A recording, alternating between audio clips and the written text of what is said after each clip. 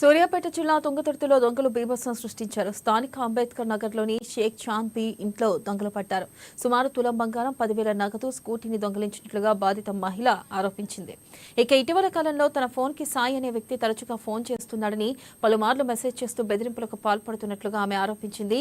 ఈ చోరీకి పాల్పడింది సాయినే అని బాధితురాలు అనుమానం వ్యక్తం చేసింది.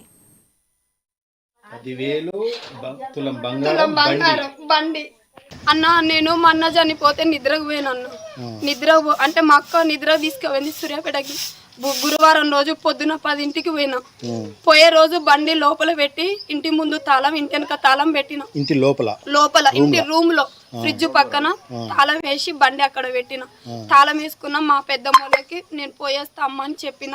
వెళ్ళినా. నేను ఇప్పుడు వచ్చిన అన్న. ఇప్పుడు వచ్చి నేను ఇంటి తాళం చూసిన. ఫస్ట్ మా బుజ్జి పాప వచ్చి తాళం తీసింది. అంతలోపు నేను వెనక నుంచి వచ్చి బయట నీళ్లు చల్లి కొత్త వేరే రూమ్ లోకి వెళ్ళేసరికి ఇంతలా రాడ్ ఉంది. ఆ రాడ్డును చూసిపోయి ఆ రూమ్ లో వేరే బయట ఉన్న రూమ్ లో రాడ్ ఉంది. రాడ్డు చూసిన. ఈ రాడ్ ఎవడు పెట్టిండు, వాడు తప్ప ఎవడు వచ్చిండో లంచ కొడుకు అనుకుంటా నేను తిట్టుకుంటా ఇంట్లోకి వెళ్ళి బండి చూసిన. బండి చూసే లోపు బండి లేదు. వాషింగ్ మిషన్ అవన్నీ గోడకు పెట్టి బండి వేసుకుని పోయారన్న.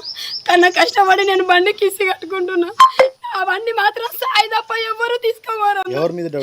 నాకైతే కమడం సాయి కుమార్ అనే అబ్బాయి మీద, మన మద్రాల రామచంద్రపురం, మద్దిరాల మండలం రామచంద్రపురం ఊరు. వాడి మీద తప్ప ఎవరి మీద నాకు అనుమానం లేదన్న. అని మాటలు అంటుండు. నాకు మెసేజ్ పెడుతున్నా కూడా నేను అంత గెస్ చేసుకోవట్లే. వాడు ఏమన్నా నీ సంగతి చూసుకుంటా అని కూడా నాకు మెసేజ్ పెట్టిండు. సరే నార్మల్ గా నేను మాట్లాడట్లేను కదా అని చెప్పేసి మెసేజ్ పెడుతున్నాను. నేను లైట్ తీసుకున్నా, పట్టించుకోలేను. నా ఇంటికి వచ్చి తలుపు నా తాళం బలగొట్టి నా బండి వేసుకుపోయేంత ధైర్యం వాడికి తప్ప ఎవరికి లేదన్నా. నేను అన్ని ఎక్కడికక్కడ చిల్లం కల్లం చేసిండు. నా ఇంటికి తాళం బలగొట్టి నా బండి వేసుకుపోయే ధైర్యం వాడికే ఉంది. నా బండి నాకు కావాలన్నా. స్టేషన్ కాడికి